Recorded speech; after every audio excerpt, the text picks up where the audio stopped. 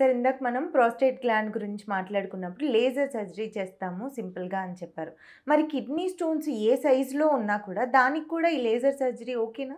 మీరు అడిగిన ప్రశ్నకి లేజర్ వాడతామండి. స్టోన్స్‌కి డెఫినిట్‌గా లేజర్ థెరపీ ఉంది. కానీ లేజర్ సర్జరీ అనేది ఒక సర్జరీ ఏం కాదండి. నేను దీని చుట్టూ ఉన్న ఒక మిత్తును కూడా నేను ఇవాళ యాహ్! చెప్పదలుచుకున్నాను. ప్లీజ్. లేజర్ అనేది ఒక పరికరం అండి. హ్మ్.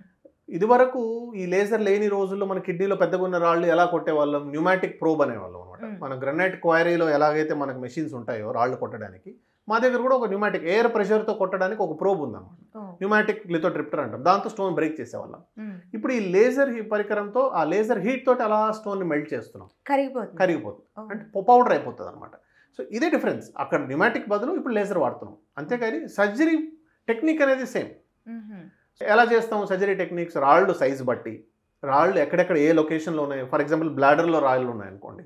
దానికి మూత్రనాళం ద్వారానే వెళ్ళి లోపలే బ్లాడర్‌లోనే లేజర్‌తో పొడి చేసేయొచ్చు. హుహు.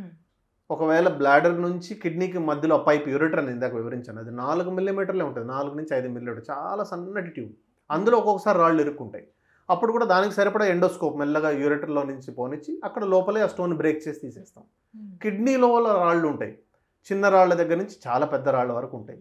ఒక మోతాదు వరకు మోర్ ఆర్ లెస్ 2 సెంటీమీటర్ల సైజు ఉన్న రాళ్ళ వరకు కిడ్నీ లోపలనే ఎండోస్కోపీ సర్జరీ ఆర్ఐఆర్ఎస్ అనే ఒక కొత్త టెక్నిక్ వచ్చింది. కొత్తదేం కాదులేండి. ఇప్పుడు 15-20 ఏళ్లుగా ఉంది అది. హ్మ్. అక్కడ లేజర్ వాడి కిడ్నీలో ఉన్న రాయిని మెల్లగా పొడి చేసేస్తాం. మరీ పెద్దగా ఉన్న రాళ్ళు 2.5-3 సెంటీమీటర్ల కన్నా పెద్ద రాళ్ళకి కిడ్నీలో ఒక చిన్న హోల్ వేసి ఆ హోల్ ద్వారా లోనకెళ్ళి స్టోన్స్ను పొడి చేసి బయటకు తీసేస్తాం అన్నమాట. ఓహ్! సో కిడ్నీ స్టోన్స్కి ఉన్న వేరియస్ ట్రీట్మెంట్ చాలా ట్రీట్మెంట్ మొడాలిటీస్లో ఈ లేజర్ అనేది ఒక పరికరం. రాళ్ళను బ్రేక్ చేయడానికి వాడే ఒక హీట్ ఎనర్జీ. హుహు. కరిగిపోతుంది. అంతే దాన్ని మనం పొడి పౌడర్. చేసేస్తాం. పౌడర్. పౌడర్ ఎంత పొడి? చాలా సన్న దుమ్ములాగా మన ముగ్గు పొడిలాగా అయిపోతుంది. అప్పుడు యూరిన్ ద్వారానే బయటకు వచ్చేస్తుంది. హుహు.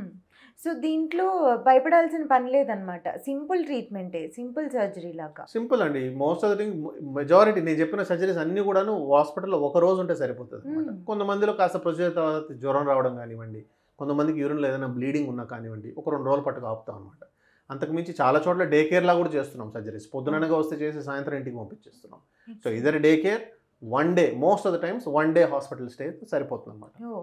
సో కిడ్నీలో స్టోన్ వచ్చిందని భయపడిపోవాల్సిన అవసరం లేదు. భయపడాల్సిన అవసరం అసలు చాలా లేదండి. టెక్నిక్స్ ఉన్నాయి. చాలా అడ్వాన్స్ టెక్నిక్స్ ఉన్నాయి ఈ రోజుల్లో. ఎక్కువ రోజుల పాటు కిడ్నీలో రాళ్ళు మన శరీరంలో ఉండి మనకు తెలియక హ్మ్. అలాగే ఉండిపోయి రాళ్ల వల్ల కూడా కిడ్నీలు ఫెయిల్యూర్ అయిపోతాయండి. అవును. అది అన్ఫార్చునేట్గా కొంతమందికి తెలియక అది అయిపోతుంది, చేసేదేం లేదు. తెలిసిన వాళ్ళు మాత్రం నెగ్లెక్ట్ చేయకండి. ఓహ్! అవును. వీలైనంత వరకు యూరాలజిస్ట్ని కలవండి. అన్ని రాళ్ళకు సర్జరీ చేయాలని ఏం లేదండి. కానీ ఆ డెసిషన్ యూరాలజిస్ట్ తీసుకోవాలి. అవును. మీరే కిడ్నీలో రాళ్ళు పర్లేదులే నాకు నొప్పి లేదు కాబట్టి నేను వెళ్ళను చాలా మంది రారు మా దగ్గరికి. అవును. అంటే నొప్పి వస్తేనే యూరాలజిస్ట్ దగ్గరికి వెళ్ళాలి అనుకోవడం పొరపాటు. పొరపాటు. పెద్దగున్న రాళ్ళు నొప్పి ఉండవండి బై ద వే. అవును. చిన్నగున్న రాళ్ళే ఎక్కువ నొప్పి. ఓహ్! ఎంత పెద్దగా ఉంటే అంత నొప్పి తక్కువ ఉంటుంది. తక్కువ ఉంటది, రిస్క్ ఎక్కువ. రిస్క్ ఎక్కువ. అవి నొప్పి ఏం లేదు కదా అని వెళ్ళరు. ఆ రాళ్ళు కాస్త పెద్దగా ఉన్నాయి, మెల్లగా కిడ్నీ డ్యామేజ్ చేస్తాయి.